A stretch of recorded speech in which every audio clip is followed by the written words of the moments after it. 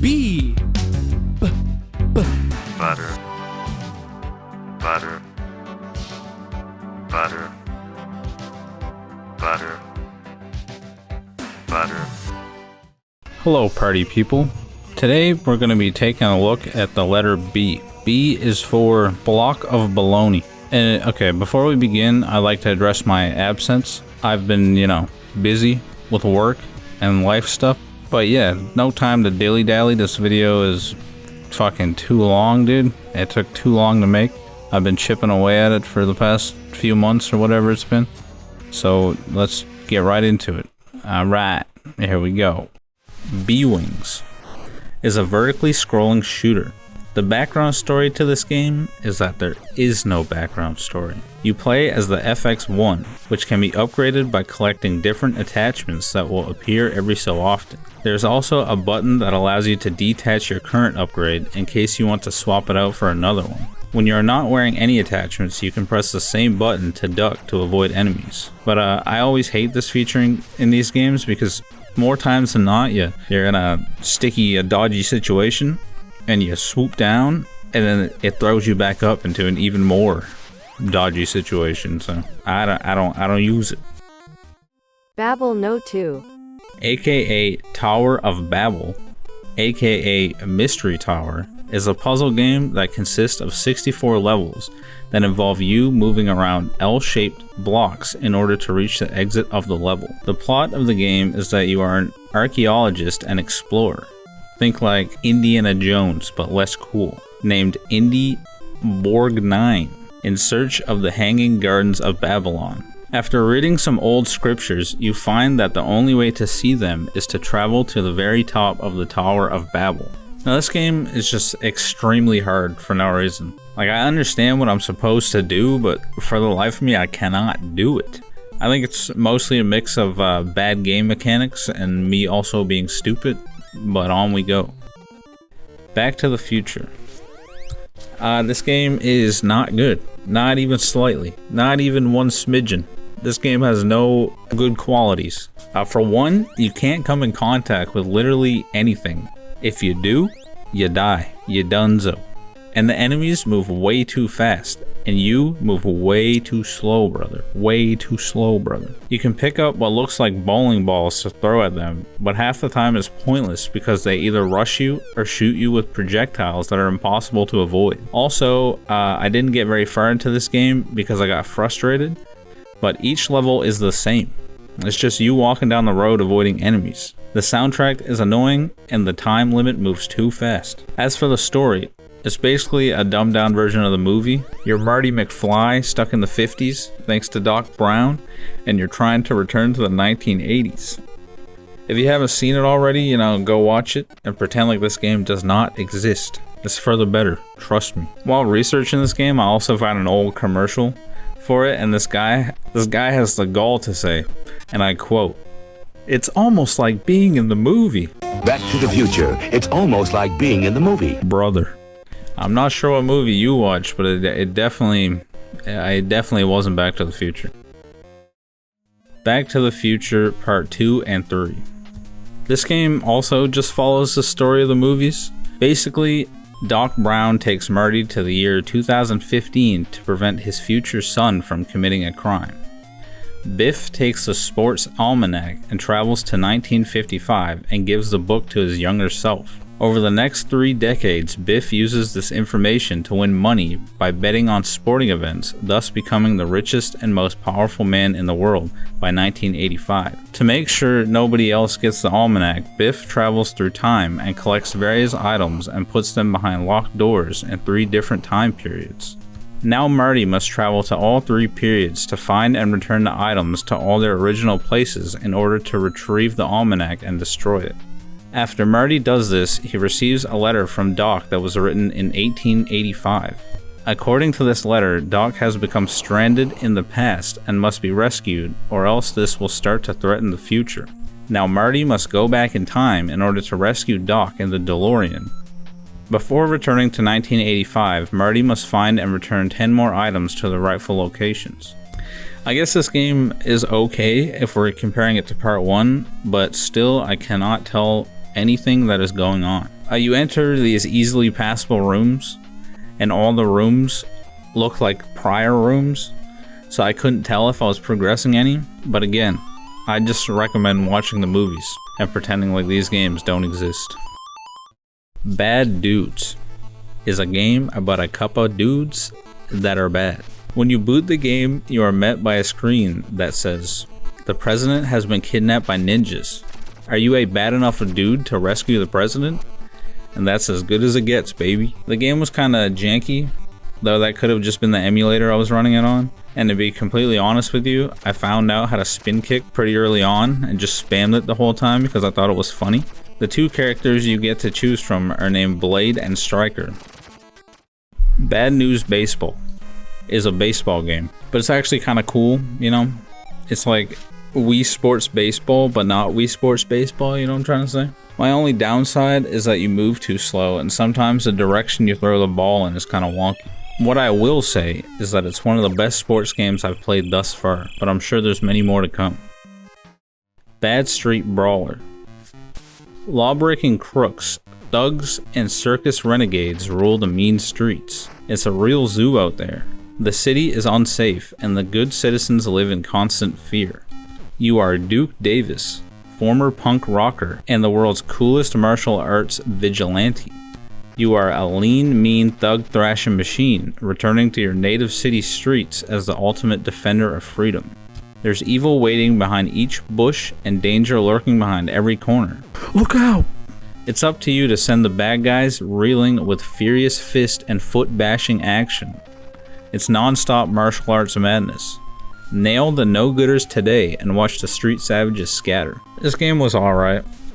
You can see your enemy's health bar, which is cool. Although the music, something else, man, something else. It's this repetitive loop, which I'm used to by now, and I have no problem with that whatsoever. But every so often, this ear-piercing, screeching solo plays and ruptures your eardrums, and I'm like 90% sure that it's out of key.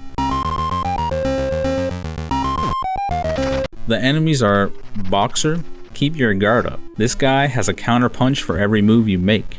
Gorilla, a big bad circus escapee who throws bananas. Punk, big surprises come in small packages, so watch out for his ball and chain. Bulldog, they say a dog's bark is worse than its bite. Not in this case. Spy, this sneaky little fellow is full of nasty tricks. He usually leaves bombs to blow you up, but occasionally he drops a flying heart that gives you extra vitality if you catch it. Baseball player, he swings a mean bat.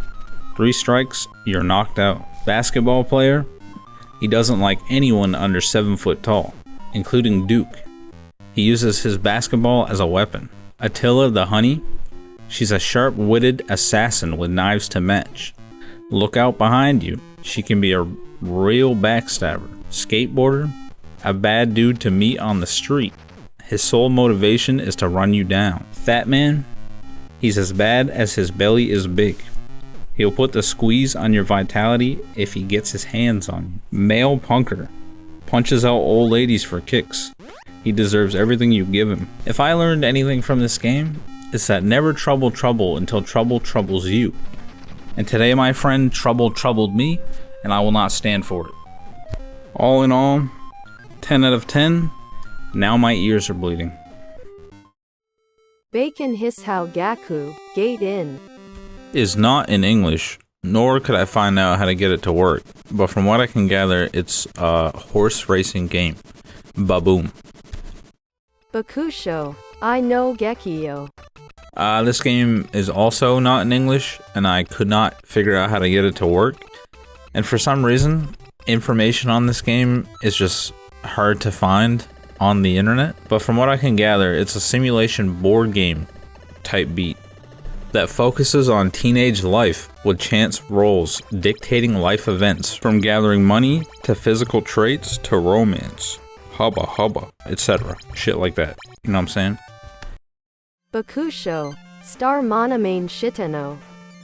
Is not in English, and I couldn't play it. But this game is a strategy game with your goal being to become a famous musician or a star of Japanese theater. The gameplay is somewhat similar to Monopoly type video games type shit. You know what I'm talking about? We've had a few. You know what I'm getting at.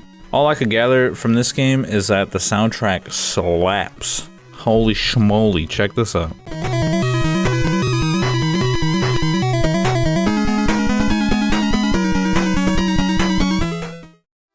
Bakusho, Jinsei Gekijo.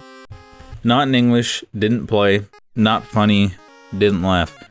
This game allows you to live an entire lifetime while accumulating as much wealth as possible. It is based on the board game The Game of Life.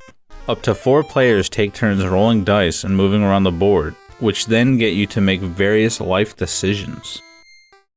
Bakusho, Jinsei Gekijo 2. Not in English, didn't play, is basically the first one, though this one incorporates going to prison for crimes and gambling in a casino. And we all love gambling. Bakusho, Jinsei Gekijo 3. Again, this one's similar to the first two.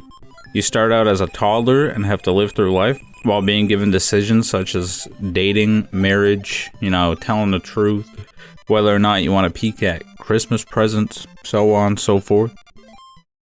Ballblazer is a futuristic sports game created by LucasArts. I couldn't find the manual, but from what I read online, the story goes, the year is 3097, and the place is a null-gravity nexus mid-space in the binary star system Calaxon and Calamar. Moments from now, on the face of an artificial asteroid, the final round of the Interstellar Ballblazer Championship, the greatest tournament of all time and space, will begin, and history will be made. For the first time, a creature from the planet Earth has battled through countless qualifying rounds and eliminations, enduring and then triumphing across vast parsecs to win the right to compete for the honor of his planet, and the ultimate title any being can possess, Master Blazer. Shouts out to all my Master Blazers. The only problem with this game is that I couldn't figure out what was going on for the first little bit. I then tried to find the manual online to see if I was missing anything, but unfortunately I could not. It was a little hard on the eyes, much like 3D World Runner, and I couldn't seem to find any enemies or opponents. But then again, I am the God Gamer, so it's quite possible that I shat on them without even realizing it. Also, Ballblazer, your mom got him. Balloon Fight. There is no lore to this game, unfortunately, but sometimes that's the way we like it. Am I right, fellas? Basically, you are this little fella with 2 balloons on his head, who is up against enemy fellas with balloons on their heads, with your goal being to pop their balloons before they pop yours, while also avoiding obstacles. There's also a fish in the water that'll eat enemies if they are close enough. There's also bonus stages where you have to collect a bunch of green balloons for a point bonus. The gameplay is very similar to that of Joust, if you know what I'm talking about, if you know what I'm saying. If you're picking up what I'm putting down. It's a very simple game, but a great one. What can I say? Baltron is a game that's not in English, but I still got to play it. A round of applause for this feat of mankind, fellas. Baltron is a side-scrolling space shooter, and the story goes a little something like this. Like this. In the year 2999, people from the planet Star Lenion are under attack from the Bismarcky Empire. That's it. That's all I could find. What was cool about this game, though, is that depending where you are on the screen, your ship goes faster. So if you're all the way on the left, you're moving super slow, and the further you move to the right, the faster you go. I don't know how else to explain that. I'm hoping and praying that you understand. Banana. Now, before we begin, I want to say that I'm not sure if the version I got of this game was broken, or if the game itself is broken, because I kept having to reset the game in order to try to progress any, because it kept breaking. Basically, you are this mole little fella, presumably named Banana, who needs to dig his way to his daughter-in-law while simultaneously collecting fruits and other things that give you points. But there's a catch. You cannot move up unless you are on a ladder. Also, there are boulders that will fall and block your path if you go under them. Once you have collected your daughter-in-law and whatever fruit you manage to get, you make your way to the stage's exit, which is a door. There's also an option in the menu that allows you to create your own levels, though it wouldn't let me, and every time I selected it, the game would freeze, which is fucking lame, because that would be cool. All in all, 10 out of 10. The game's name is Banana. What more could you ask for? Banana Prince. This game actually slapped. It's almost like a combination of Adventure Island and Super Mario Bros. 3. I couldn't find the manual, but I don't think it mattered too much because the game isn't even in English. I just got lucky and found a translated ROM. But from what I can gather from the menu screen, is that you and the Dragon Master are happy together on the tropical Banana Island until the Pepper Dragon swoops in and steals your banana symbols and 3 treasures. Now your goal is to get them back. You have 2 unique abilities, one of which is to crawl on the ground very quickly, and the other is to spawn a tree that you can vault from. There are also cool things placed throughout, such as bonus stages, shops, and casinos where you spend diamond rings that you collect along the way. Your enemies look to be vegetables, but who's to say for sure? I don't like vegetables either, brother. So, can you really blame the man? What did I learn from my experience playing this game, you may ask? Well, to that I say, banana trees carry blood. What color is it? Red, yellow, brown, green. This game was actually great though, and I think everybody should take a chance to check it out. It's going to be added to the list of the best games that I've played on our journey here. Bandai Golf Challenge Pebble Beach. This game's soundtrack is absolutely banging. I cannot lie. And yes, before you ask, I did get a hole-in-one and nothing less, and anybody that claims otherwise will be reported and blocked and banned from participating in group activities. Bandit Kings of Ancient China is based on the heroic struggles of the bandit kings of the Song Empire. Although they were branded as outlaws by a corrupt government, these men were better known for their courage, mercy, and love of justice.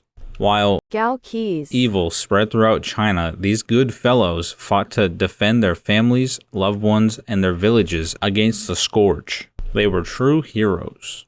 Based on the 14th century great classical novel Water Merchant, the game takes place in ancient China during the reign of Emperor Haizong of the Song dynasty. The bandit kings of the ancient China engage in war against China's Minister of War, an evil minister with unlimited power. The objective of the game is to build, sustain, and command an army of troops to capture before the invasion in January 1127. You must also deal with other situations such as taxes, care for the troops, maintenance and replacement of weapons and equipment, forces of nature, and troop unrest and desertion.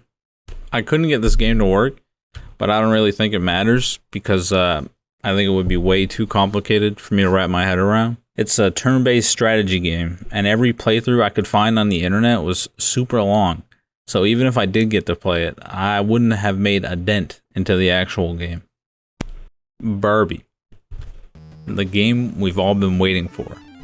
As Barbie drifts off to sleep, she has the most amazing dream. And now you can make the dream come true. Help Barbie travel through magical dream worlds filled with fun and adventure. Along the way, you'll encounter dozens of mysterious obstacles and hidden surprises. Use your charms to overcome them and keep an eye out for the dream-ups and glamour items that earn you extra time and points.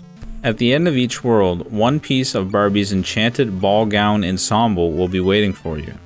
Collect them all, and Barbie's off to the fantasy ball with Ken. Barbie is counting on you. Essentially, Barbie is reading a book about mermaids or some shit and gets tired, so she goes to bed and does that thing that everybody does, where they think about what they have to do the next day until she falls asleep, which includes going to the mall and attending a party and going to lunch. You know, Barbie shit. Boom. I also would like to say that this game is complete and utter garbanzo beans. I played for like 5 minutes until I hit a wall of boxes and couldn't figure out how to get past and quit. Then I was like, nah, Let me check out the manual to see what I'm missing. And apparently Barbie has these gems on her bracelet that she can throw at things to get them to do things for her. For example, the bow charms make a friend stop.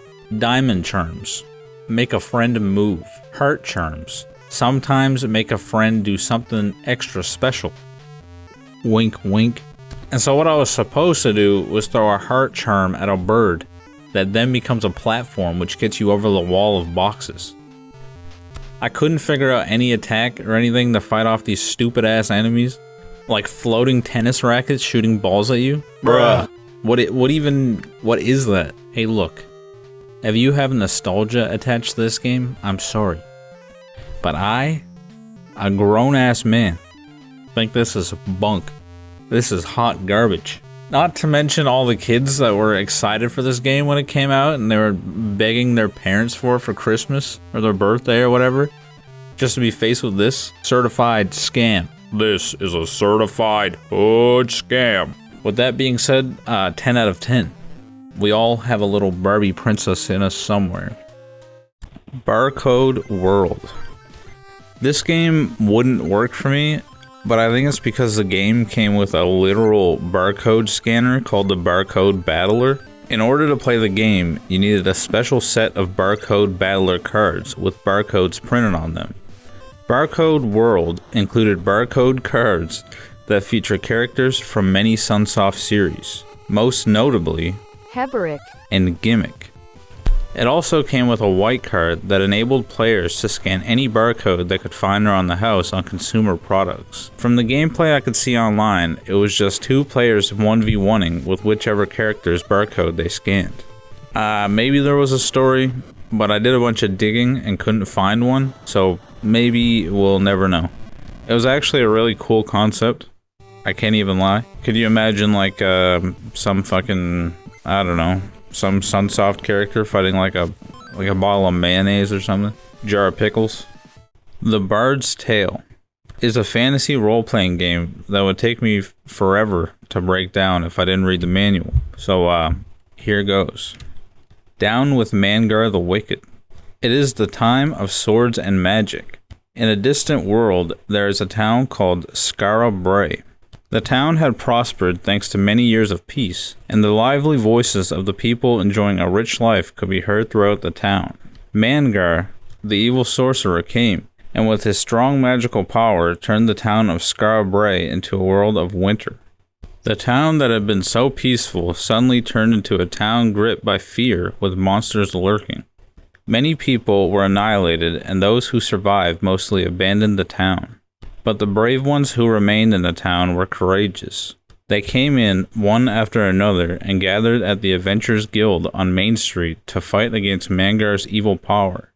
The elders said to the brave ones, my people, Kyliran the virtuous, legendary wizard who protects this town tried to fight Mangar.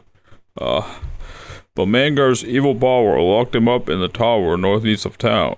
Grab the key to the tower where Mangar lives. If we could get the keys, we could slip into the tower without Mangar even knowing. Maybe then we could reopen the town. The brave ones were inspired. They would band together to save their town, and some challengers were ready to rush the beleaguered town. But beware. There are very few safe places in Skara Brae. The pub, protected by the bard's mysterious voice, and the temple, which is protected by the deity. The Bard's Tale 2, The Destiny Knight. This was another one that it just seems way too complex for me to get a grasp on in a short period of time. So I'll just read an excerpt that I found online. In The Bard's Tale 2, players lead a band of adventurers searching for 7 pieces of the broken destiny wand in the realm. Mercenaries roaming the land stand in the way. Players achieve victory by finding the pieces, defeating the Archmage Lagoth Azanta, and reforging the wand. The character who successfully reforges the wand becomes the immortal Destiny Knight. Hello party people, this is me from the future here. I'm taking a second to step in to inform you that there is blinking in this game. So if that bothers you, or you can't, or you have epilepsy or something, I'll slap a time signature down in the description so you can just skip this game entirely. Alright, back to the scheduled programming. Barker Bill's Trick Shooting is a shooting game that has 4 carnival type game modes that had the player use the NES zapper. This game is like a circus spin on Duck Hunt. The levels are Balloon Saloon. You must shoot balloons that are floating upwards on the screen from behind a cardboard cutout. Flying Saucers. The characters throw saucers upwards and you must shoot them, much like Duck Hunt. Window Panes. A multitude of items fall down the screen that you must shoot, but some of them are behind windows, so timing is key. Trixie's Shot. The lady character named Trixie walks across the screen and every so often holds up coins, so you must shoot them without harming her, or fucking shoot her in the face for all I care. Bill's Thrills. Bill will throw items like eggs and tomatoes up in the air, and the player must shoot them before they hit Trixie. Again, you don't really have to, just let them fucking fire tomatoes and eggs at Trixie. Trixie haters, rise up. At first, I didn't think I was going to be able to get this game to work, but then I figured out you could use your mouse instead of the NES zapper. It's pretty fun. I couldn't figure out if I was supposed to shoot the birds or the dogs, so I did anyways, because YOLO or whatever. Cyber Stadium Series. Base Wars. Basically, this is a baseball game set in the future, and it includes robots. So in the 24th century, which is the year 2300 by the way, in case you were curious, baseball team owners are upset because these stupid motherfuckers are paying their best players $2.4 billion a year. So they replace all the athletes with robots that were specifically made to play baseball. This game is actually pretty cool, but I do wish they focused more on the robots instead of the actual game of baseball. That would kind of completely ruin the point of the whole game now, wouldn't it? So I'll keep my opinion to myself. If we're being honest, it's basically just Bad News Baseball, but set in the future. But everything that feels clunky about Bad News Baseball is basically non-existent. I think it would be a lot more fun with a friend, but you know, I'm not gonna hit up a friend and be like, yo, you wanna come over and play some 40-year-old video game? 10 out of 10, I love being shit on by a computer. Baseball is a baseball game. What more can I say? Baseball Fighter. Another baseball game? Who would have thought? With a name like Baseball Fighters, you'd think there'd be at least a little bit of violence. Well, maybe there is. Well, this game was released in Japan, so I couldn't find the manual or much information at all, for that matter. Am I dog shit at the game? Yes. Did I have fun? Not even slightly. Do I recommend? Not a chance. Baseball Simulator 1000. I'll let you guys take a wild guess about what this game is about.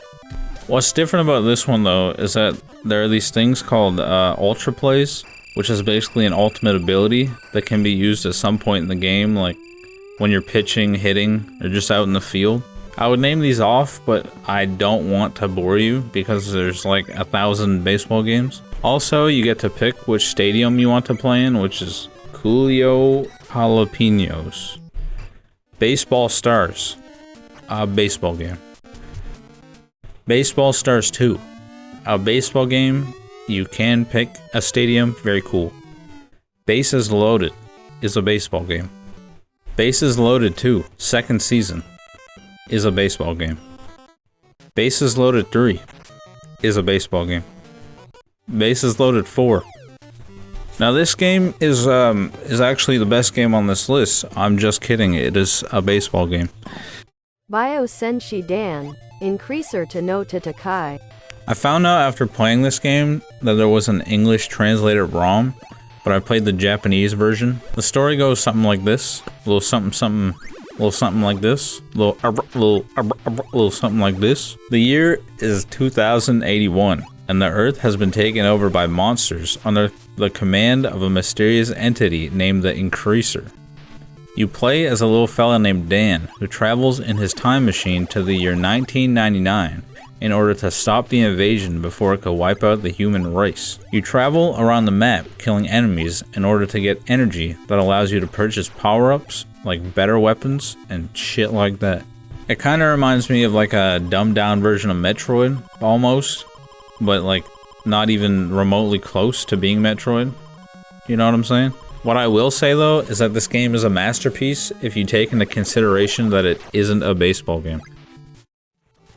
Batman the video game is loosely based off the 1989 movie, Batman. The story goes, the citizens of Gotham City are busy planning the city's 200th anniversary festival, but there is not much to celebrate because crime and violence rule the city.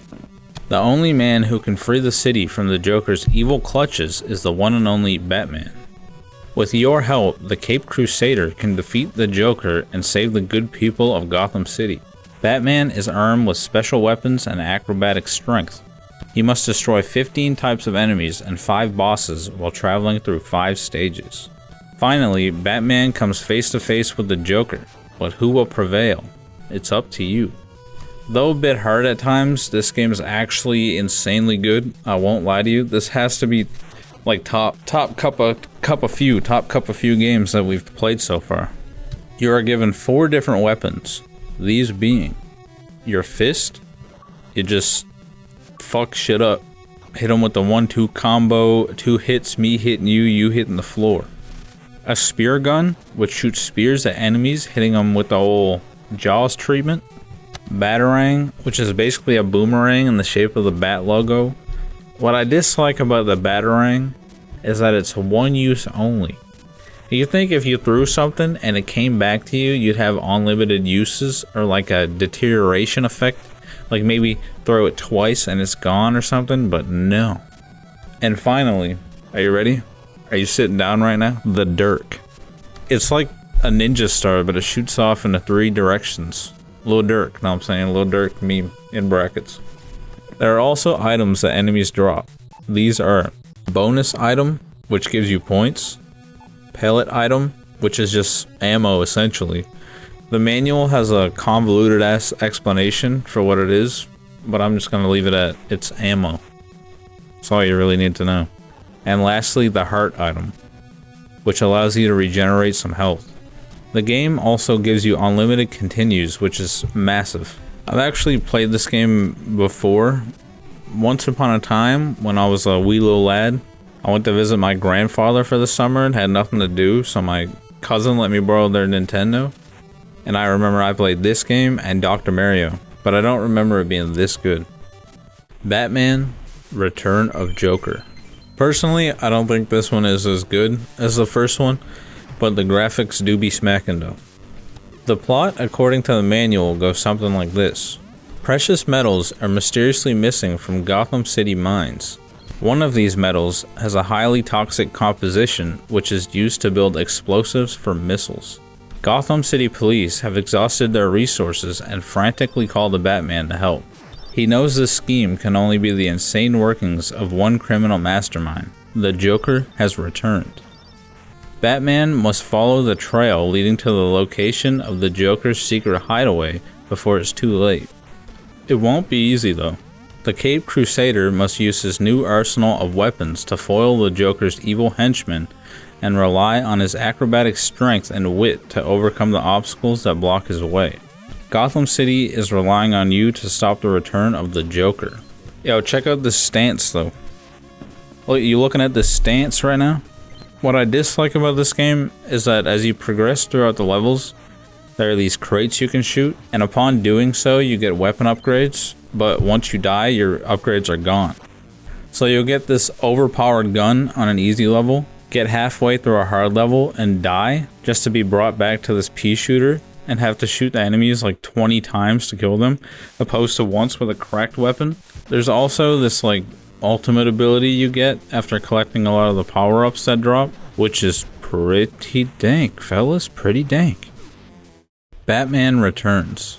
So we've ran into a problem, it seems.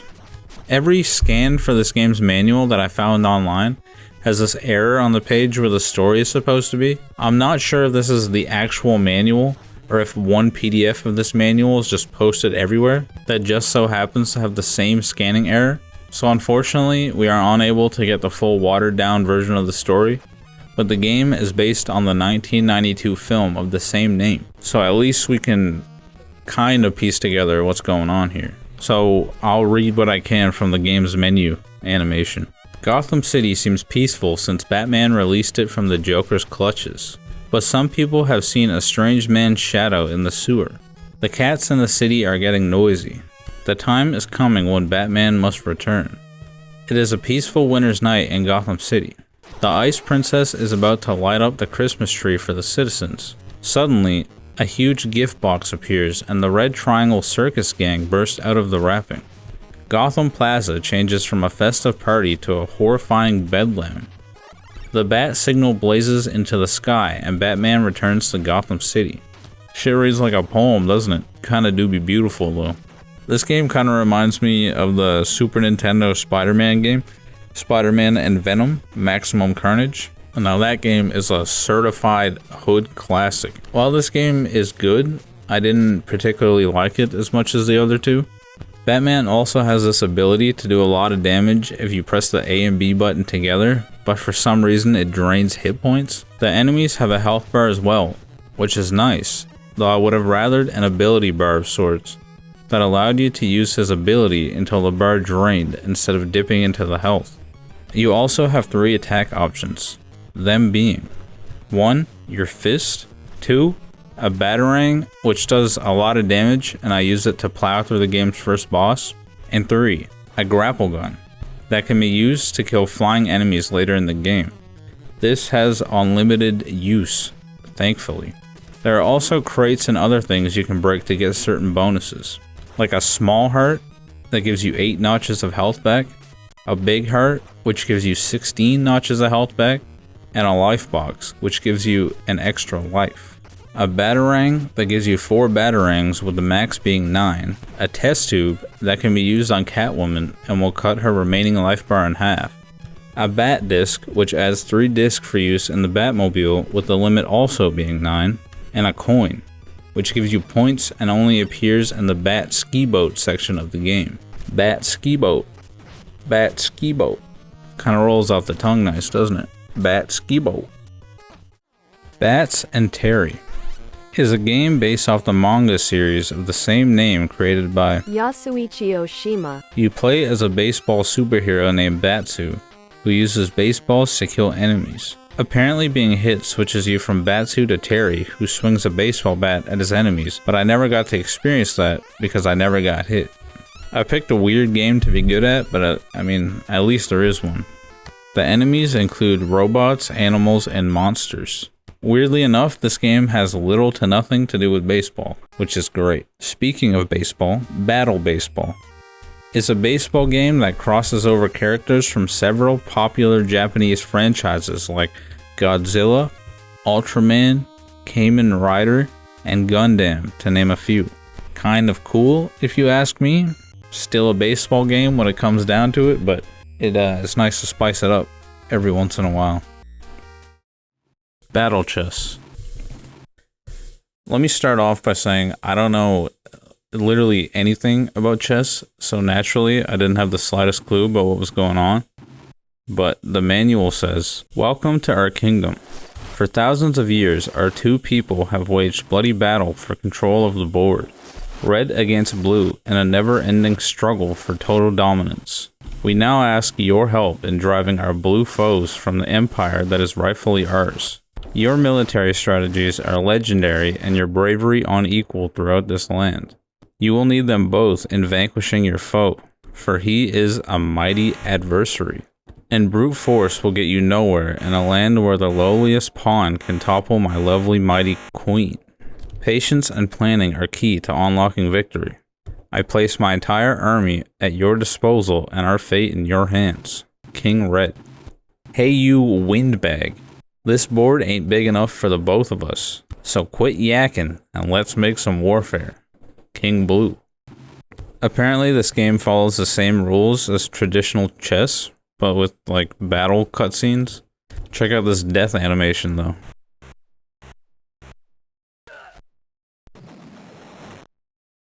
Battle City. This game is like that one tank game on Wii Play for the Wii, if you know what I'm talking about. Basically, you control a tank, and your goal is to shoot other tanks that are trying to destroy your base. Once your base is destroyed, it will result in a game over. There are 35 different levels, with each getting harder, with more difficult tanks to destroy, and obstacles such as brick walls and steel walls in your way.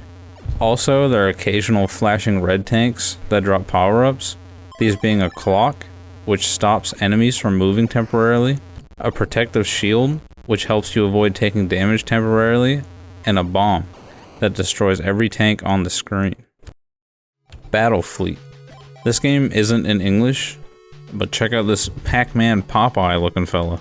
It's a turn-based strategy game where players control a fleet of ships in naval combat scenarios. The game features a variety of ships, including battleships, cruisers, and submarines, each with different abilities and strengths. Players navigate their fleet across the map, strategically positioning their ships to engage the enemy. Combat involves managing factors like ship speed, weapon range, and terrain obstacles. The goal is to outmaneuver and outgun the opponent to secure victory. The Battle of Olympus. The Legend. This is an ancient story of a time when men and gods lived together. In the land of Peloponnesus, there was a quiet, peaceful village called Elis. It was the home of the fairest maiden of all, Peloponnesus, and a gentle yet brave young man named Orpheus. Helen and Orpheus swore eternal love to each other, but alas, one day Helen fell victim to the fangs of a venomous serpent and perished. Orpheus grieved over her death for 3 days and nights, whereupon he heard the voice of Aphrodite, the goddess of love.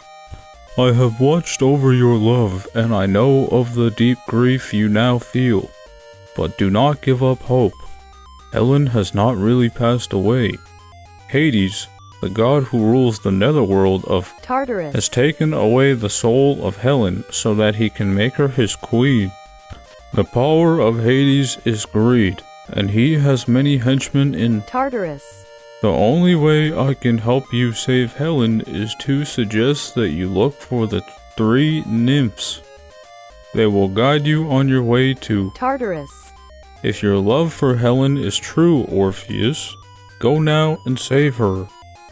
As Orpheus sets out on his quest to rescue Helen, your quest begins. I found this game difficult for like no reason, but the cover absolutely slaps.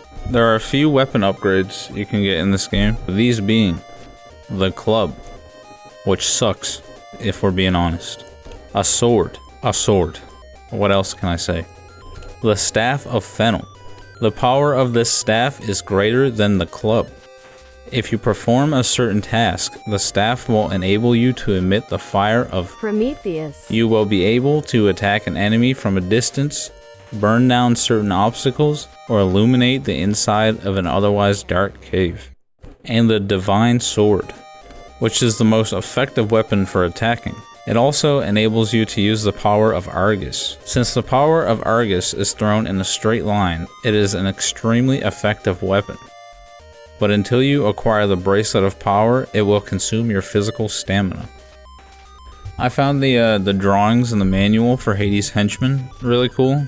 Check some of these out, fellas. From what I read online, people shit on this game because of its similarities to Zelda 2, The Adventures of Link, but who am I to judge? Battle Rush, Build Up Robot Tournament. This game isn't in English, but essentially, the player can build their own robots to use in a fighting tournament. It was also one of the 6 games released for Bandai's Detach, which was an accessory for the family computer that was required to play the game. This game is going for $12,000, by the way, so good luck getting your hands on it. Battle Stadium, Senbatsu Pro Yakyu. Is a, drumroll please, you guessed it, a baseball game. Battlestorm. This game isn't in English. Are you guys surprised yet? The game allows you to do combat strategies with tanks, airplanes, military bases, and missiles. The game is meant to stage World War III and to simulate modern warfare. If this game came out instead of Modern Warfare 3, dude, Activision would make a comeback. For some reason, you can play as famous action film stars of the time like Sylvester Stallone, Chuck Norris, Eddie Murphy, Bruce Lee, and Mr. Arnold California Governor. You are granted $250 million to spend on weapons and vehicles to fire at one another. If your tanks are destroyed, they can be rebuilt, and the first person to run out of money loses the war. I couldn't figure out how to play this game because it's in Japanese, but it do be seeming kinda cool though. Gary Kitchen's Battle Tank. Smoke 'em out! Somewhere deep behind enemy lines, they're holding your NATO commanding officer hostage. You know that there's convoy after convoy of enemy tanks out there, as well as enemy choppers, transformers, nuclear power bases, fuel tanks, and more. What you don't know is how deep you have to go into enemy territory or what lies at the end of each of their strongholds. But that doesn't matter. You're going in anyway. You've got to. And besides, you're powering one of the toughest tanks ever assembled, the M1. Tons and tons of sheer steel power, punctuated with one of the most effective cannons ever to let go of a shell. That doesn't mean your job's going to be a piece of cake, hardly. It just means you may have a chance. A chance to go in there, all the way. A chance to smoke them out and bring your commanding officer back alive. Basically, take a shot every time I say basically, alright? Basically, you are thrown into the desert with a smoke screen, a missile launcher, and a cannon, and a 50 caliber machine gun to shit on them. Smoke them out, shit on them. Battleship follows the same rules as the classic board game of the same name. And in case you've been living under a rock your whole life, I will give you the brief rundown. Each player is given a grid, usually a 10 by 10, on which they arrange their fleet of ships with the size of these ships varying. The players then place their ships on the grid without letting their opponents see their placement. Then each player takes turns calling out coordinates on the opponent's grid to try to locate and sink their ships. The player to sink all of their opponent's ships is the winner. Ba-boom. And yes, I did do terribly, but I was playing against a computer, so give me a break, please. Battletoads. After her defeat by the Galactic Corporation at the Battle of Canis Major, the Dark Queen and her renegade space troops retreat to the outer reaches of the universe, hiding out in the dark spaces between the stars. Meanwhile, on board the spaceship Vulture, Professor T-Bird and the Battletoads, Rash and Zit and Pimple, are escorting the Princess Angelica back to her home planet, where her father, the Terran Emperor, awaits her safe arrival. Along the way, Pimple, the biggest Battletoad, takes Angelica out for a cruise in the Toadster to a nearby leisure station. Pimple and Angelica burn space, but the Dark Queen ambushes them before they can get there. Luckily, Pimple manages to send out a distress signal before the Toadster is gobbled up and carried away to Ragnarok's world, the Dark Queen's planet. So there's the situation, Toad. The Dark Queen's kidnapped the Princess Angelica and your best buddy Pimple. What are you gonna do about it? You're gonna get real mad. That's what you're gonna do. And then you're gonna get even. Professor Bird's gonna set you down on Ragnarok, but from there it's up to you. You've got a long way to go, Toad, through ice and fire and nightmares so terrible you don't even want to imagine them. Through a monstrous gargantua and ultimately to the Tower of Shadows, where the Queen awaits you. Have you got the guts, Toad? We'll see soon, one way or another. The game is a platform beat 'em up with elements of racing, climbing, and vehicle-based obstacle courses sprinkled in. You get 3 lives each time you start the game, with all these being replenished every time you continue after dying. You also have 6 hit points that can be replenished by eating flies that show up every so often. I think a factor that added to the difficulty of this game is the fact that there's no password system, so you'd have to leave your NES on until you beat the game. I suppose you could surpass this by just, emulating, but that wouldn't be staying true to the game now, would it? You wouldn't want your friends knowing you use save states, would you? Chump? Poor little baby had to use save states? Get good, kid. But my favorite part of this game is when you finish off an enemy, you get to hear one of these little oof. Goddamn. Satisfying. This game shouldn't need a breakdown because It's one of the most iconic games for the NES, and if you haven't played it yet, I think you should go get yourself a copy and give it a go, fella. Have fun. Or not. It's entirely up to you. Battletoads and Double Dragon, the ultimate team. Yeah, I know I say this often, but check out this intro music.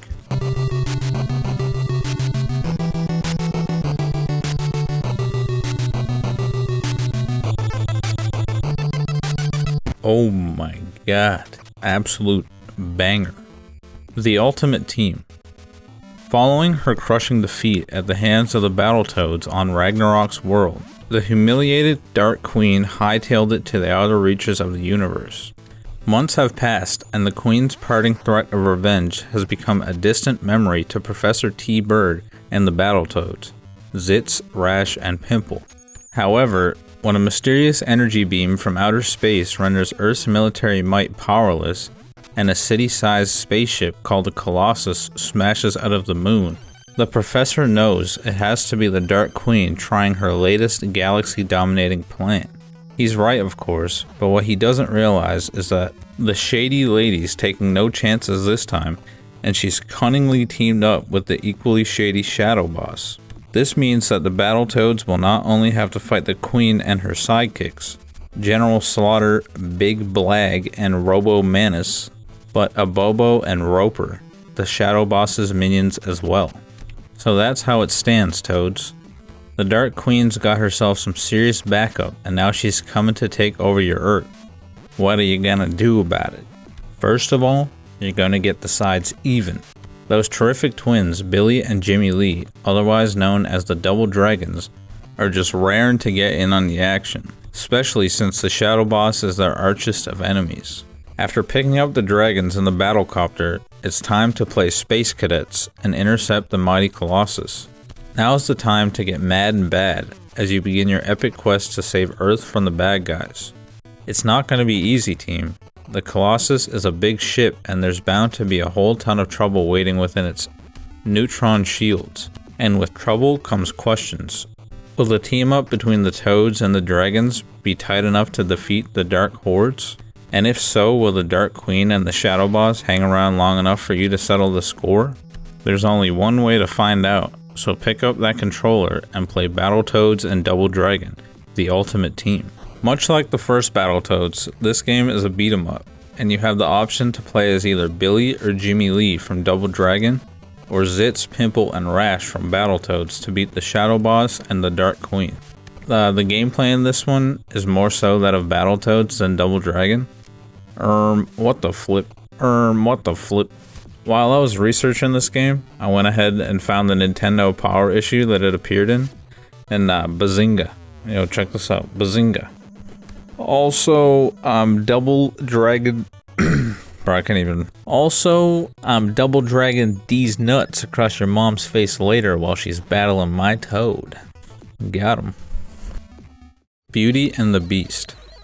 I couldn't find the manual for this one, but it basically follows the story of the Disney movie of the same name. The game's starting screen goes a little something like this. Once upon a time, there was a selfish prince who refused shelter to an old woman. In truth, she was an enchantress. As punishment, she turned the prince into a hideous beast and left him with a blooming rose. The prince was to remain a beast unless he could find true love before the rose withered. Fearing harm may befall the rose, the beast seeks Belle in the castle walls. Then boom, you're thrown in. In this game, you can climb walls, and if you hold up or down, the camera will move to show you what's above or below you. There's also this magnifying glass you can pick up that will show you what's ahead in the level. Also, if you hold the select button, you can charge up a scream that freezes any enemy that may be on the screen. There was this part of the game that was pretty cool where there's no light source, and that little lamp fella, I can't remember his name, is slowly hopping along, and you must keep near him or the screen will go completely black. The controls are also kind of clunky, but I'm also playing a 30-year-old game, so cannot really complain. Be-Bop High School, Kukusei Gokuraku Densetsu, is an adventure game that is not in English and is based off the manga series Be-Bop High School. The player can choose between either one of the manga's protagonists Oru Nakamoto, or Hiroshi Kato, and must find their missing friend, Shingo. Exploring the school from a top-down view while collecting clues and talking to NPCs. While playing, you must pay attention to stats such as fortune, which can affect the chances of obtaining information or the outcome of fights, and strength, which is basically the player's health. Beetlejuice. Based on the film of the same name, this game is just fucking blatantly terrible. This is genuinely one of the worst, if not the worst, that I've played thus far. You literally cannot touch anything without taking damage, and nothing makes any sense whatsoever. You have this stomp ability, which you think would be able to damage enemies, but no. I haven't found a single one that I could yet. Then you think you can jump on their heads, but no. You take damage, brother. Or at least I think you take damage. It's hard to tell half the time. But then I encountered this fly that I accidentally jumped on and it died. It doesn't make any sense. Just trust me on this one.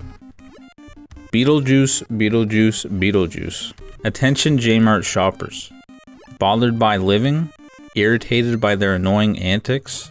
Well, why not let the ghost with the most help you out? I'll bio-exercise them right out of your afterlife. Who needs them hanging around? This place ain't big enough for both the living and the dead. Just call my name 3 times and I'll be at your service. We'll trace all the steps leading up to your, tragic demise. I'll show you how to scare off demons, monsters, and all sorts of weirdos. But don't forget, our real goal is to chase those ridiculous deets out of your charming old home. I really hate this charming bit, but work is work. Remind me to collect some extra lives along the way. Sometimes I get so caught up in scaring things that I forget to replenish my health voucher account. If we play our cards right, and you play this game right, we just might succeed in getting your house back. Boy, wouldn't that be sweet. I'll finally get my admission ticket to the real afterlife, and I can kiss this millennium goodbye. What I'd really like to kiss goodbye are those slimy sandworms, but there's no way I'm gonna pucker up with one of those babies in my face. Come on, let's turn on the juice and see what shakes loose. This game was made by Rare, the same people that made Donkey Kong and like Killer Instinct. I don't know what I'm not entirely sure what happened on this one. Yeah, one more thing. Deets nuts. Got him. Best Kiba. Derby Stallion is a simulation game which focuses on producing, training, and racing racehorses. Pretty cool concept. I couldn't play it because it wasn't in English, but that's just how it be sometimes. Best of the Best, Championship Karate, is a kickboxing game that has you fighting many kickboxing masters in a series of matches. I would read you the manual, but that's really as good as it gets. What I will say though is that this game do be looking kind of good though. Best Play Pro, Yak U. Baseball game. Best Play Pro Yak U 2. Baseball. Best Play Pro Yak U 90. Base. Best Play Pro Yak U Special. B. Bigfoot. I went into this one thinking it'd be some sick hidden gem about Bigfoot or something, but no, it's just a monster truck game. Monster truck racing game. I will read the manual though, just because I thought it was funny, so here we go. Climb aboard Bigfoot, the toughest monster truck rig ever pieced together. 460 cubic inches of blown block engine, giant tractor tires, cantilever suspension, and behind the wheel, you. First off, you're going to put a little cross-country mileage under your belt, all the way from LA to New York, and you'll be picking up pickups every inch of the way. Then as you roll into designated destinations, you'll show your monster stuff in highly publicized side-by-side championship events. There will be car-crushing, tractor-pulling, mud racing, hill climbing, and hunks more. So get a grip on the wheel, put your pedal to the metal, and steer clear of trouble, cause when the dust and metal finally settle, you've got an excellent chance at the title. 10 out of 10? Monster trucks are cool, and also, how could I possibly forget? Prepare to race. Bikkuriman World, Gekatu Sei Senshi. This game isn't in English, so I didn't get to play it, but it's based on the Bikkuriman anime series. Once upon a time, the world was a peaceful place. 3 races, angels, demons, and talismans, coexisted in the world, protected by the holy goddess Nadia. One day, Nadia sent her twin children to the world. Jura, the head of the demons, abducted one of the children and devoured it. The other child took a refuge by the angels and soon became their leader, known as Super Zeus. He led the angels to a victory over the demons. But Nadia, seeing how her world is being torn apart by the war, split it in 2. Years have passed. You are a young hero named Yamato, Oji, raised in the world of the angels. Super Zeus sends you on a quest to find other holy warriors to reunite the world, and to bring everlasting peace to all the races. Bill and Ted's Excellent Video Game Adventure. Based on the film series Bill and Ted's Excellent Adventure, the plot of this game is a continuation of the first film's events. Who are you? Hi, my name's Rufus, and I'm from your future. I've come back in this time-traveling phone booth because I need some help. Some evil future rebels have gone into the past and really messed things up. They've taken some of the most famous people from history and moved them to completely different and incorrect periods in time. This is very serious. You see, not only does this mean that all history books are wrong, but it also means that the musical futures of Mr. Bill S. Preston, Esquire, and Mr. Theodore Logan III are in jeopardy. You might not recognize their names, but Bill and Ted and their band, the Wild Stallions, are the most famous people in my time. Eventually, they're going to write some pretty amazing music that will bring peace and goodwill to all of the world. Right now, they're not so good. But if they don't get the chance to practice and perform, they'll never get any better. And if they don't get any better, they will never write the music that will save the world. The future will never happen. You can see why we're worried. What you can do. The way you can help is to guide both Bill and Ted through 5 different historical time periods to find the misplaced historical dudes and babes, as they call them, and lure them back to their own times. It's not as easy as it sounds, because the historical characters like where they are and might be hard to find. You also get to deal with locals who sometimes don't like strangers wandering around asking questions and might throw you into jail. Finally, you've got to bring Bill and Ted back to the present time so they can perform their first concert. If they miss it, they'll never be able to progress any further in their budding musical careers, and the future will be a very different place than it should be. Now, I'd be lying if I said I had the slightest clue what was going on in this game, but we suffer on. The game has some cool mechanics though. Like this phone book, for example. You search the phone book to find the number you must dial to be sent to a specific time in history, and then you dial the number yourself. Like a beep boop boop beep boop boop boop. Also, this manual is absolutely packed to the brim with information. This shit is like a Black Ops 1, Black Ops 2 strategy guide. Also, tag yourself, I am Al Capone. Bill Elliott's NASCAR Challenge is a racing game. There's no lore, nothing crazy. It's just a racing game, man. You need to maintain a certain speed or else you will blow out your engine and be taken out of the race, which I guess is cool if you want like accurate gameplay, but it's super lame if we're being real here, fellas, because I just want to pedal to the metal. You know what I mean? I don't want to be watching my speed. This is probably top 3 best looking racing games I've seen so far, but then again, I don't think there was many to begin with. All right. Binary Land is a game about 2 penguins in love. Aww, how sweet, puppy love. They'll get married, have a couple kids. This game plays like a lot. What's that game? The Adventures of Lolo. It's very similar, I found. I couldn't find any story about this game online, and it also isn't in English, so if I did find the manual, it would be pointless. You play as a penguin who gets separated from your lover at the beginning of each stage, with your goal being to reunite with each other.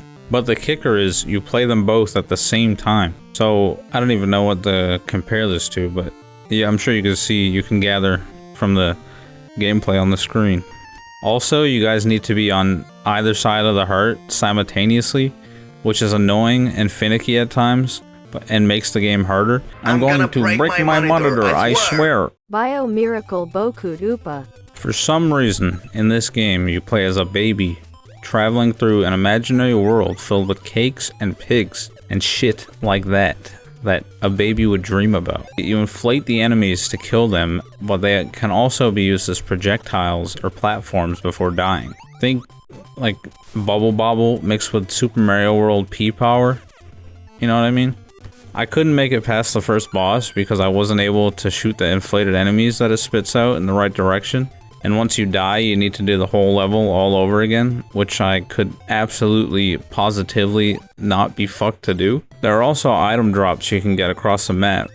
Some of these being milk, which regenerates health, or a bell, which makes the baby walk quickly opposed to crawling, so he grows into a toddler essentially, and be invincible for a short period of time. This game is also not in English, but it doesn't really matter because it doesn't rely on text or anything, unlike a lot of the non-English games that I've played up until now. Bionic Commando. Bionic Commando story. I'll talk about a person which I've met when I was young. In 1980X, we found NASA's top secret material called Albatross, a plan which never was put to practice. Imperial Forces General Asimo Kilt had never seen this plan and decided to materialize this plan. The Federation decided to stop his attempt by sending our hero Super Joe, but lost contact with him. Our brave man, you, the player, was sent to the Empire with a special mission to rescue Super Joe. This story begins from here. Pretty sure this manual was translated from Japanese or something, because it sounds like it was translated from Japanese or something. This game is also I feel like it had such potential to be super cool if only they implemented a jump feature, because your only way of traversing the map is a grappling hook, which is cool, don't get me wrong, but it should be an equipable. Well, maybe it is and I just don't know it. But I played for a while and then decided to check the manual, but nothing. But then again, I can barely read, so I could have missed it. Who knows? If you played this game, or you like this game, you're a fanboy and chum of Bionic Commando story, just let me know in the comments if you can just not grapple all the time, and if you can jump, because I genuinely do want to enjoy this one, but I cannot. As far as enemies go, they're actually pretty cool. Check these out. There are also quite a few weapon upgrades you can get. Seeing as I assume this is translated, it doesn't make much sense to me, but here they are. Normal gun, wide gun, rocket gun, three-way gun, Joe's machine gun, hyper bazooka. They done gave the bazooka too much caffeine, and a flare bomb. As to what these do, your guess is as good as mine, and you can take a few seconds to read the brief description the manual gave if you like. There are also some power-ups. Medicine, which regens your health. Iron boots, which allow you to kick and kill enemies. Permit, needed to enter certain areas. Magazine system, you can combine with normal gun and make it a magazine gun. Helmet, which protects you from 3 enemy bullets. He protect, he attack, but most importantly, he a snack. A charm, which allows you to take 1 hit. A bulletproof vest, which allows you to take 2 hits. 1 up, which is pretty self-explanatory, it gives you 1 extra life. POW, which is an energy ball that appears around your character to protect them for 7 seconds. A communicator that allows you to communicate with compatible ones. And a bullet, which appears when you defeat enemies. I didn't get too far into this one, but from what I gathered, you die in 1 hit and have to start the level over, which is always kinda lame. Give me a few hit points or something. Throw me a bone, please. Bird Week is a game where you are a mama bird who has to catch butterflies to feed her baby birds. This is not a joke. This is actually what the game is. Did I play for an hour? Maybe. This is one of them relaxing games, even though there are other birds that can attack you. Yeah, this game is kind of a banger, I can't lie. With that being said, 10 out of 10. Rest in peace to all the little birdies out there. Shouts out all my little birdies. Any birds in chat? Any pigeons in chat? The Black Bass. Yo, check out this cool cat. This cool catfish. This cool jazz player. This cool jazz playing 1930s gangster. Do not interact. This is a fishing game that I'm not good at, and I didn't catch any fish. This game isn't in English, by the way, so I really didn't pick up on much. But yeah, it's a fishing game. The Black Bass is also a fishing game that I failed to catch any fish in. Game's kinda cool. You move your boat and select your bait. I am a master of the bait. Other than that, not really much else to say. I accidentally played this one first before realizing there were two different games, and I must say, I do like the execution of the first one better, though this one is better graphically. Oh, and it's also in English, so I understood what was going on this time. The game also keeps track of your records and asks if you are an experienced player or a beginner when you start. Very cool, very swag, very handsome. Blades of Steel is a hockey game that I have a vague memory of playing when I was a kid for some reason. It follows the same standard rules as hockey and even incorporates fighting. If you bump into a player on the opposing team 3 times, you will enter the fighting sequence, which requires one of you to punch the other 3 times in order to determine the winner. It's pretty fun though. It's nice switch up from all the baseball games we've been playing lately. Blaster Master. This game is about a guy named Jason. Jason had a pet frog named Fred. One day Fred decided he had enough of being locked up in a fishbowl and made a dash for the door. As fate would have it, Jason was there when all this happened and he gave chase. Once outside, Jason was totally amazed to find Fred running towards a huge radioactive chest. As soon as Fred touched it, he grew to an enormous size. The radioactive chest fell into the earth along with Fred. Jason tried to reach for Fred, but fell into the hole along with him. When Fred landed, he found himself alone next to a huge armored vehicle. This was not just any vehicle, but one designed for the ultimate challenge against the radioactive mutants living under the Earth's crust. These mutants, created from escaped radioactive waste, are controlled by the plutonium boss. Your mission is to fight your way and destroy the plutonium boss before he destroys you. Along the way to your final encounter are many warlords of the underground you must destroy. This game has 2 modes of gameplay, depending on the situation and location of the player. The first mode is where you control Jason, either on foot or inside the tank named Sophia, in a side-scrolling platform mode.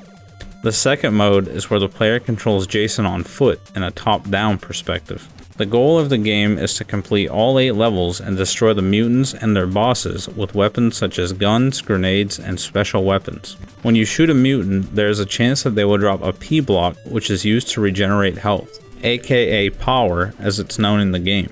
My only downside with this game is that there are some enemies in locations where you literally cannot kill them unless you trick shot, which is easier said than done, but then again this is probably intended to make the game slightly more difficult. Also, I didn't realize you can exit your tank until towards the end of the first half of the first stage. God, that's a tongue twister.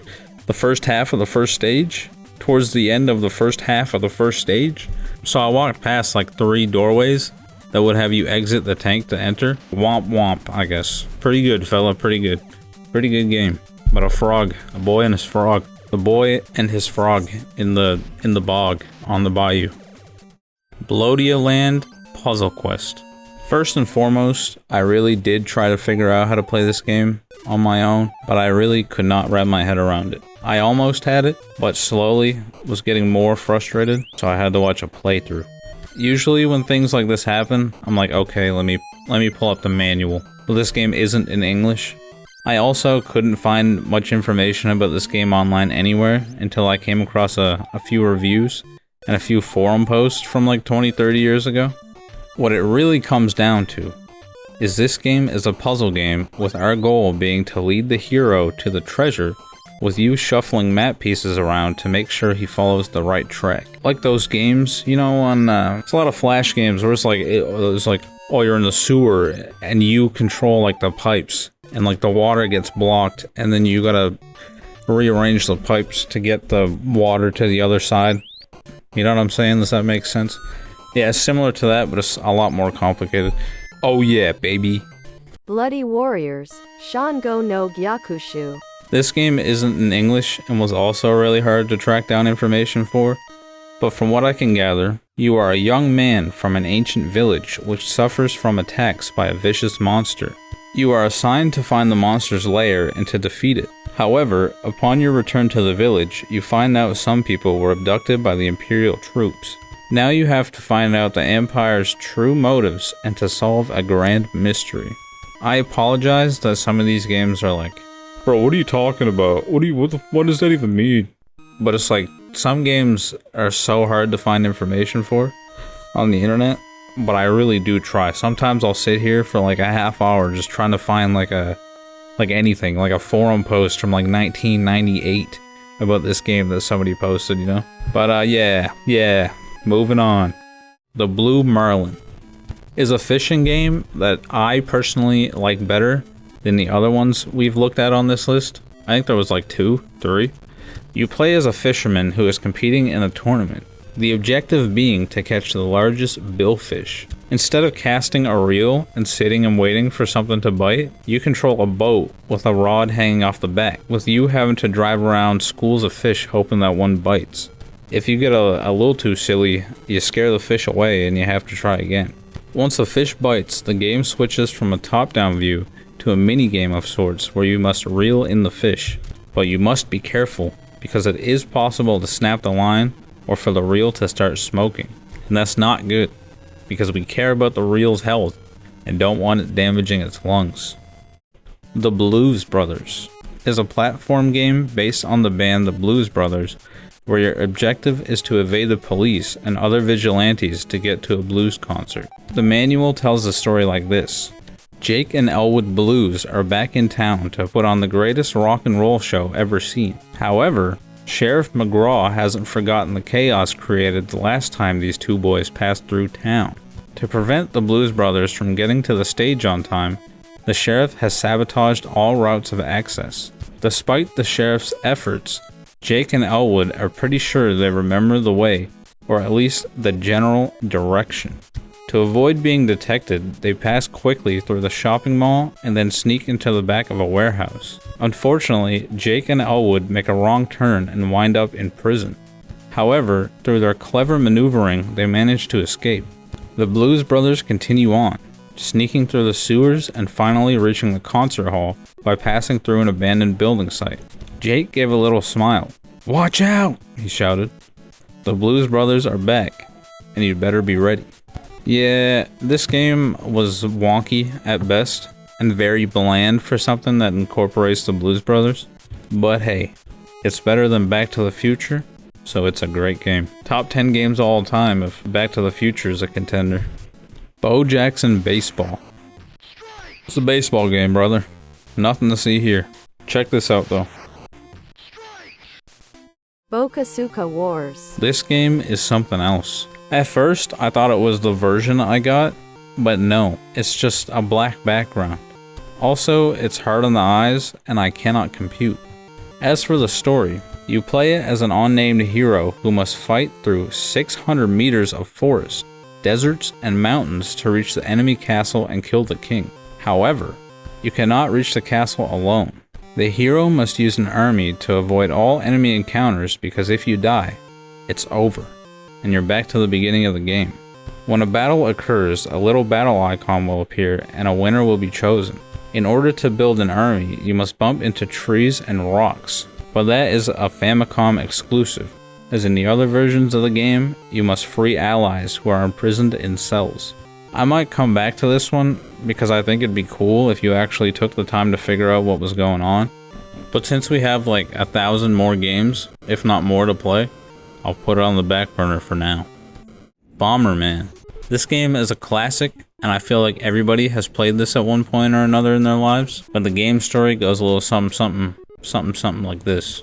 Bomberman is a robot engaged in the production of bombs. Like his fellow robots, he has been put to work in an underground compound by evil forces. Bomberman found it to be an unbearably dreary existence. One day he heard an encouraging rumor. According to the rumor, any robot that could escape the underground compound and make it to the surface could become human. Bomberman leaped at the opportunity, but escape proved to be no small task. Alerted to Bomberman's betrayal, large numbers of the enemies set out in pursuit. Bomberman can rely only on bombs of his own production for his defense. Will he ever make it up to the surface? Once there, will he really become human? I don't know about you, but for the amount of times I've played this game in my life, I've never known there was a plot. And boy, is it ever a tearjerker. Who up yanking they worm crying in the club right now? As for enemies, these fellas got names. They are Valcom, O'Neill, Doll, Minvo, O'Vape. Not gonna lie, this is totally me when I see a vape. Doria, Pass, and Ponton. Basically, you place bombs to kill enemies, and then you must place bombs to destroy bricks to reveal power-ups, and ultimately, the exit of the level. Bomberman 2. The manual doesn't say this, but the game does have a little intro animation, but apparently, the story to this game is that Bomberman is framed for terrible crimes by the Black Bomber. After being accused of robbing a bank, Bomberman is thrown into jail. Bomberman's mission is to escape his prison cell and bring the Black Bomber to justice. There's not much more to say about this one. It plays pretty much exactly the same as the first one, except for an upgrade in graphics. 10 out of 10, a classic nonetheless. This game is a blast. Round of applause for that one, fellas. Alright, Bonk's Adventure. The cave boy with the head of stone is back in this new chapter of his amazing adventures. Join Bonk as he travels through Dinosaur Land in search of the beautiful Moon Princess. But it looks like Bonk's old enemy, King Drool, is ready to take over. He's captured the princess and demands to rule Dinosaur Land. Now Bonk has to use his head, literally, to knock King Drool's fools off the map and bring back peace to the realm. Explore the wild world of our hard-headed kid and always keep an eye out for hidden items and bonus zones. This game is about a baby caveman who uses his head as a weapon. You can also climb walls with your teeth. Can you imagine? Fresh from the dentist, you go mountain climbing with nothing but your teeth. There's also somewhat of an ultimate ability when you eat lots of meat, and if you land on your head, it shakes the whole screen and damages any enemy that is in sight. There are also a few power-ups. I'd list them, but 90% of them have to do with gaining health, so I won't bore you. Alright, so this next game, I don't even really want to read the title, if we're being honest. But here goes. Booby Kids. I'm probably on a list somewhere for trying to research this game, but here we go. This game isn't in English, but from what I can gather online, you play as a guy named Kid, who has been drawn into the space-time labyrinth from the 23rd century and has to fight to escape from a bunch of enemies in order to return to the present day. Basically, you run around collecting items that give you points, while also digging holes along the paths of enemies, so that when they pass the hole, they'll fall in, and it'll give you more points. They don't die or anything, they're temporarily stunned, and then they just respawn again after a few seconds. Yeah, that's about it, son. Ah, okay. Okay, I get it now. He places booby traps, and his name is Kid. Alright, that took me a minute, I'm not gonna lie. But yeah, it's a puzzle game, and it's pretty fun. It's pretty fun. Boulder Dash. Stoneford, an old adventurer ill in bed, called his son, Rockford, to his side. Handing Rockford an old map, he said, My son, you must take up the quest I never completed. Find the secret jewels of the 6 worlds and you will be rich beyond your wildest dreams. These were his final words. As Rockford, your quest begins in the strange and perilous Boulder World.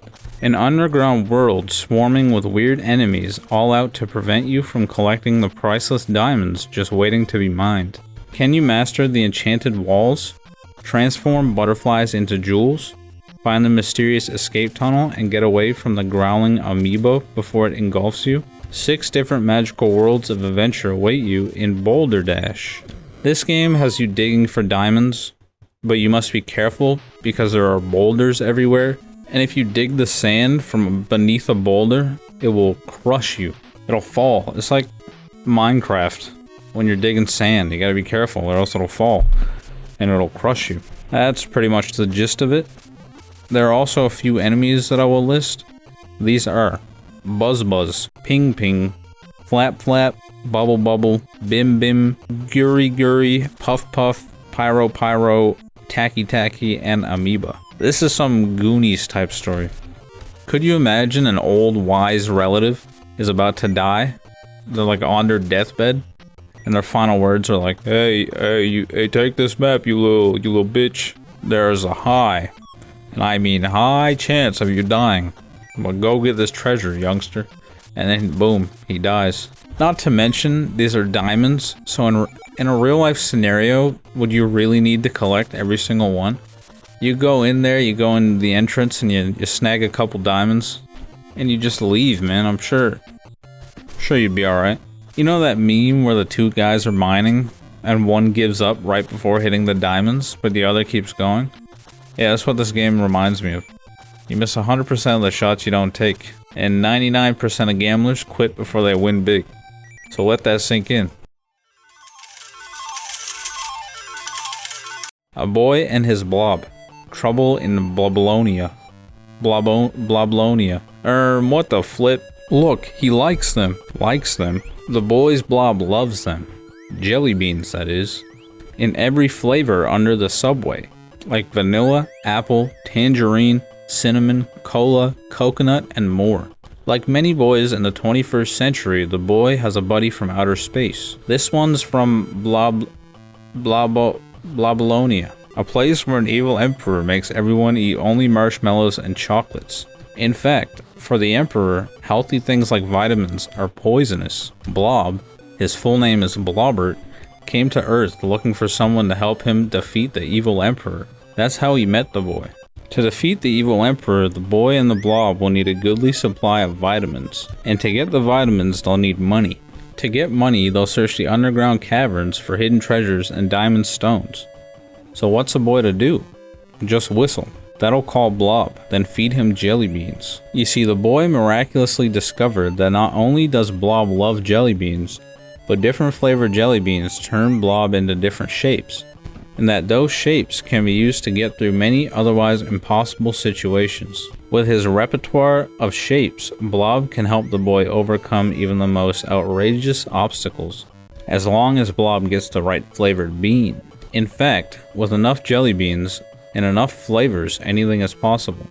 So if we're being completely honest here, the manual doesn't include what each jelly bean does, and I could not be fucked to learn. There's like 20 of them and they all do different things. Also, the controls and game mechanics are kind of wonky. I googled reviews for this game, and a lot of people say it's great, and I'm sure it is, but I'm just saying that I didn't take the time to learn the ins and outs and write down what every jelly bean does.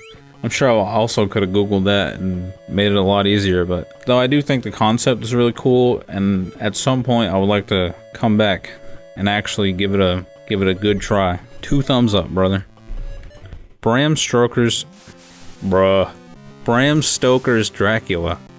Based on the 1992 film Bram Stoker's Dracula, which was based on the 1897 novel Dracula by, you would have guessed it, Bram Stoker, the manual goes a little something like this. In the black of night, he stalks his unwitting victims with the passion of a prince and the grace of a wild animal. Able to assume the guise of everything, from a shadow on the wall to a jagged-toothed wolf beast, he feeds on the living, sinking his pearly fangs into their fair necks for a drink of their life-giving serum. For he is the Prince of Darkness, Count Dracula, and he cast his hypnotic spell on your lovely mistress, Mina Murray.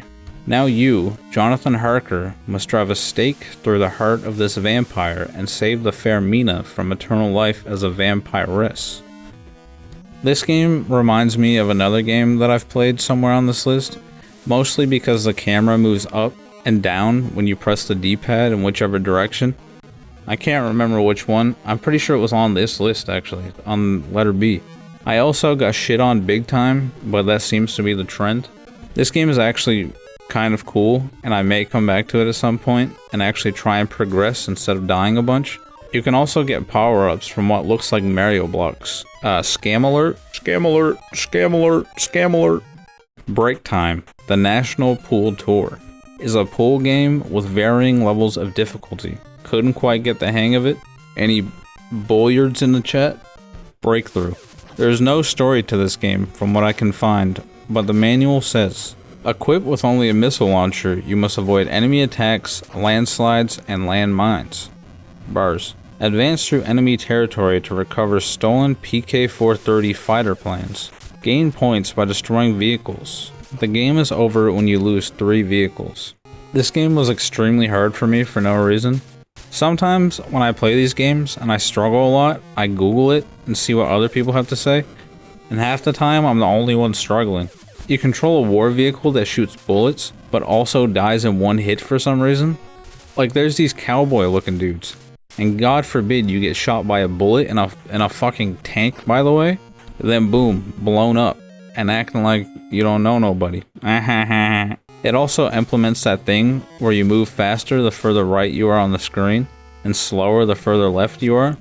And there's this point, it's actually not even that far, it's like 5 minutes into the game, where there's these landslides that you need to have a lot of speed to jump over, but you also need to dodge bullets and landmines and stuff like that, and it's just impossible to get the right amount of speed.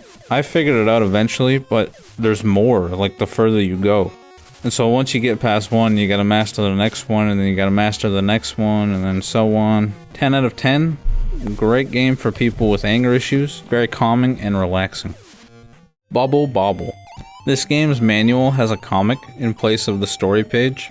I do love when games spice up their manuals like this. Most are just text, maybe they'll have a few pictures if you're lucky. But don't get me wrong, you don't really need more than that, you know? It's just nice sometimes to whip it up silly style and have something nice to look at. The story goes, in a strange and magical forest full of danger and delight, where everything is good to eat and jolly round dinosaurs bounce and play in peace, live 2 such creatures named Bub and Bob. One day, Bub and Bob got word that 2 of their Brontosaurus buddies had been abducted by Baron von Blubba, who lived in the evil forest just beyond the horizon. So Bub and Bob set off to find their friends and bring them to safety. But the Baron had sent many ill-tempered and hungry beasties to the forest to stop Bub and Bob from finding their friends. Only Bub and Bob's magic bubble-blowing powers could save them from spontaneous ingestion. Honestly, I never even knew this game had a story, and I'm not sure many other people did either, but it's nice to know. Now let's get down to the nitty-gritty. This game is a classic, and I don't think it really needs an introduction. You shoot bubbles to capture enemies in them, and then you pop them, and when they die, they drop fruits and stuff that you can collect for points. Oh yeah, baby. Oh yeah. Great game. Really fun. Bobble Part 2. The manual doesn't seem to give much as far as story goes, but I will read it anyways, so you can get the general idea. There also was an intro animation to the game, but what it really comes down to is Bubby and Bobby, 2 bubble-blowing monsters, must save their world from an army of enemies. They also have to find Judd, their friend who was kidnapped by the Skull Brothers. This is just a refined version of the first part. It's real fun. Difficult at times, but it is a certified banger, fellas. Bucky O'Hare is a platform game based on a comic book series of the same name. The story goes some like this.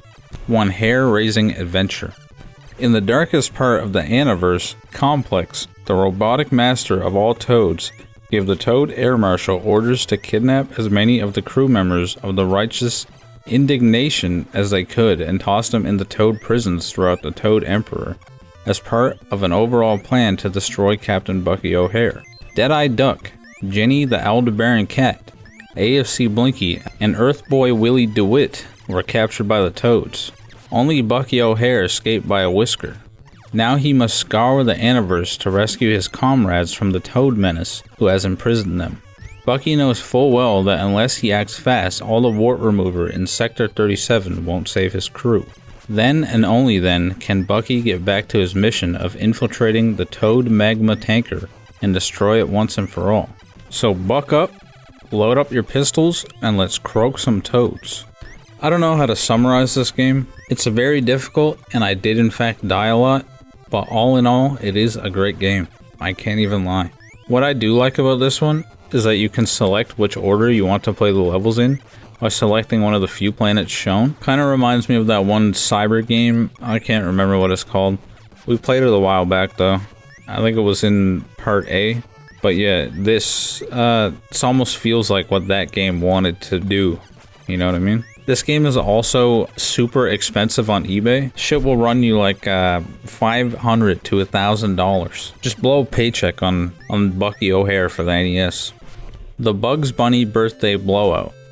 Nah, what's up, Doc? It's Bugs Bunny's 50th anniversary.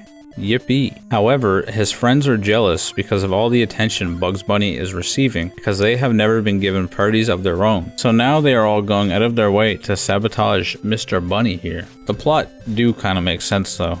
Did Yosemite Sam ever get a 50th birthday celebration? Actually, maybe. I don't know. I'm not up to date on the Bugs Bunny lore. If anyone knows, be sure to roast me in the comments. You run around killing enemies like clocks and stuff for some reason. I guess it makes sense because it's Bugs Bunny and, you know, Acme or whatever.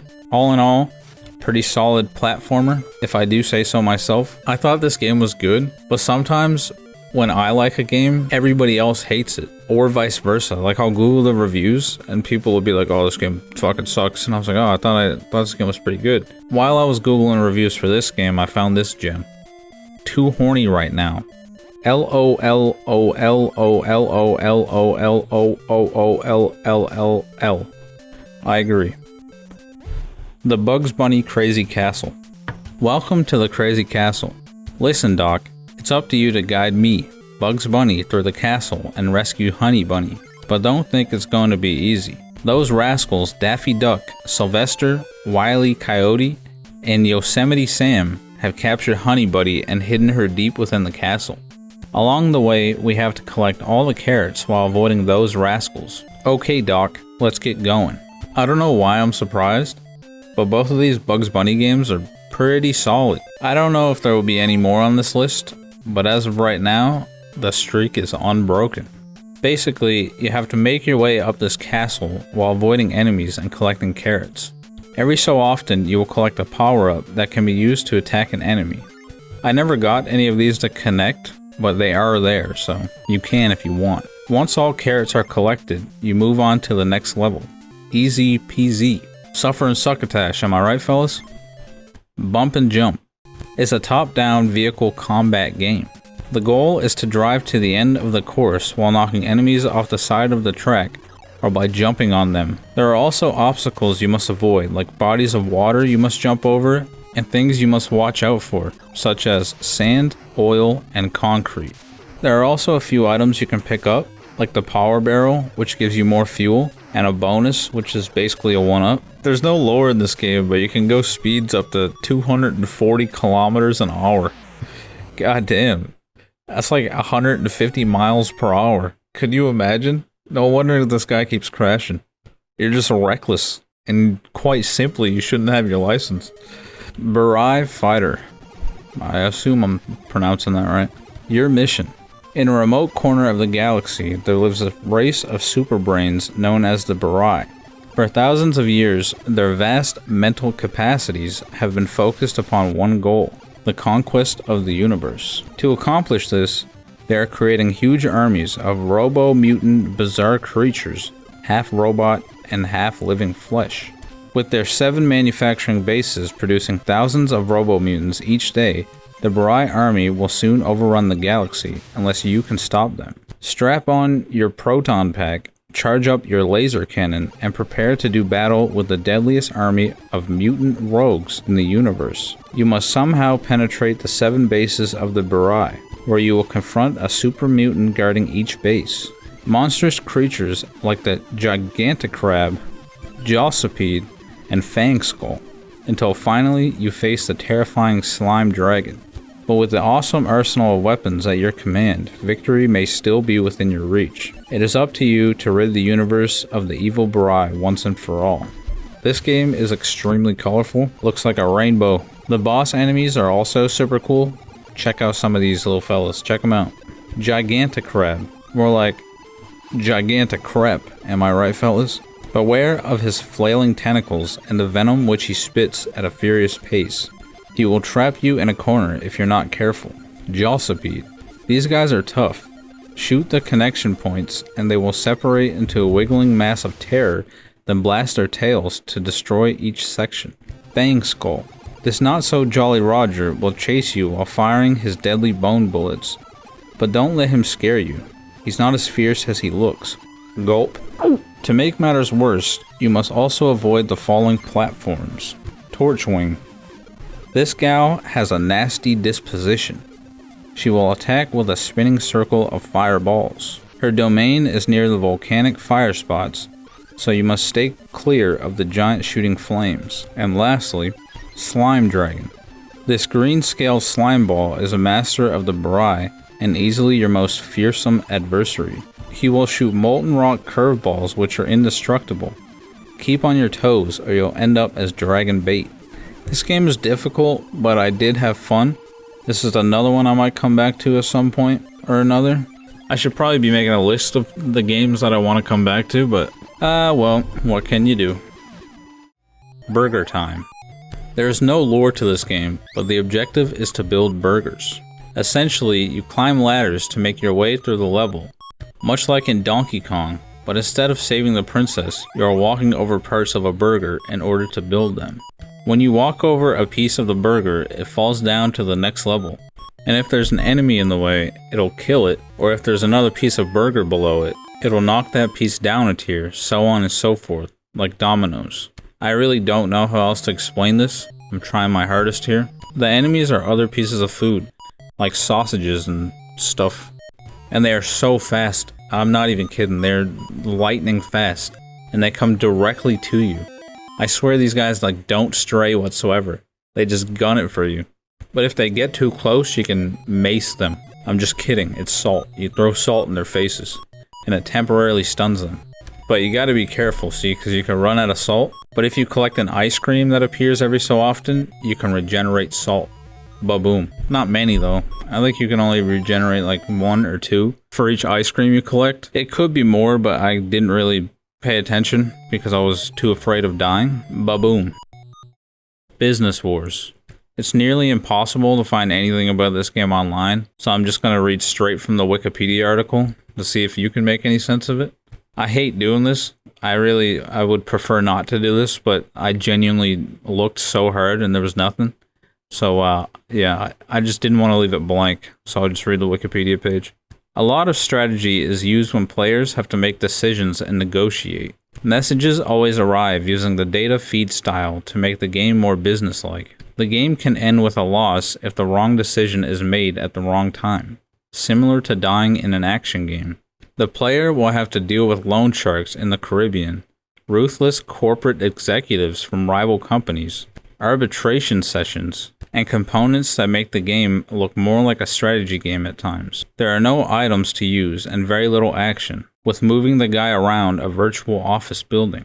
Boring. Boring. Okay. God damn. That's the end of it. That was the last game. Kind of got tuckered out there towards the end. I recorded this video in sections, and this last section I recorded for like 2.5 hours. Oh my god. Okay. The next episode, letter C. C stands for constipation. It shouldn't take as long as this one did. It might take a month or so, maybe, but it definitely won't take this long. Thanks for waiting it out.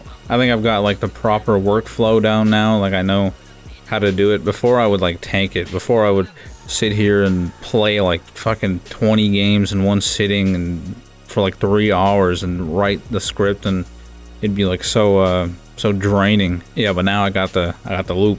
We're on the loop, boy. We're on the loop. We're on the race car track. Okay, anyways, thanks for watching. Don't forget to comment, rate, subscribe, leave a video reply. Make sure you spit in that like button's drink. Later.